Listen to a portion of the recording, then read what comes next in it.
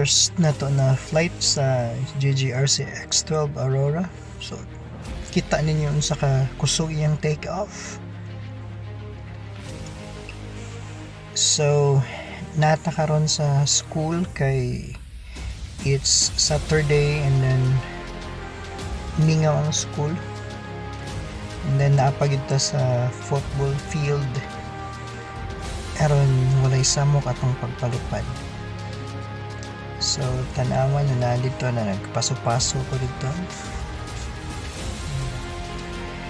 So makita nimo na siya 3-axis gimbal pero medyo kurog gud siya. So dili pod kayo na nakanindot iyang quality sa video compared sa ato ang Mavic Mini o Mavic Air. Pero take note, kani nga JGRC X12 Aurora barato ra gud siya. Makita nimo ni sa Lazada at 10,000 pesos. At 10,000 pesos na nakay usa ka drone nga na ay GPS nga connectivity. Importante man gud ang GPS kay dili man gud mo makatultol imong drone ba. So nadyo kay reference point, dili dali mapalid kay iya man gyud tanawon ang coordinates. So kung asa sa gikan makita jud niya, iya jud na siya basihan. So right now atong gisuway og palupad over sa main building sa school. So makita ninyo nga wala jud naglakaw-lakaw nga estudyante na ay usa duha mingaw gyud siya. So kani nga altitude sa drone more or less na ni sa mga 50 meters. Taas gyud siya 50 meters. So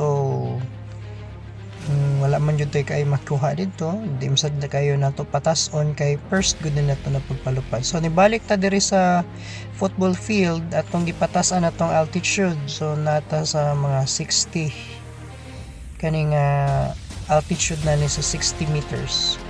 So kita niyo na yung orange nga car dito, model si Aurora. Ang atong pinalangga nga si Aurora. So diha ang dormitory sa school. Anya diri balik ta sa football field. So at 60 meters nakita na to, ang 60 meters nga altitude nakita na to ang football field, halos ang kinatibukan sa football field. So makita nimo ang camera sa JGRC X12 Aurora medyo may pagka fish eye siya compared sa ato ang Mavic Air ug Mavic Mini na natural lang, dili gid mo bend ang iyang edges sa iyang mga kilid-kilid. Monta na kana to pagigipatasan na ani sa mga 70 meters na altitude. So atong first flight atong gisuwayan og 70 meters na altitude ng atong JJRC X12 Aurora. Again, take note, JJRC X12. Pwede na to na i-search sa Lazada aron makita ninyo ang iyang price. Kaya ang price gid niya, price niya naman yun sa 10,000 mao man niya ang average. So atong gipaubos kamay nata karon sa mga 50 meters. Kita gyapon na to ang football field. So may nani ni especially kung first flight nimo wala kay ka makita og angle kay ang imuha man lang yun is imo mang yung gitry, especially kani nga time na panis sa mga nata sa mga 10 AM kusog-kusog ang hangin. So mao gini mahitabo kung first pa lang nato nga flight di kita kakitag angle bati kita naon ato lang natanaw puro siyuta og sagbot ang nakita sa ato kay mahugmangod nga sa imong first flight di ka makahuna-huna og angle di ka makahuna-huna og nindot pa siya tan-awon. Ang imo diha kung makapalupad ba ka, dili ba ka masabod, dili ba ka ma-crash.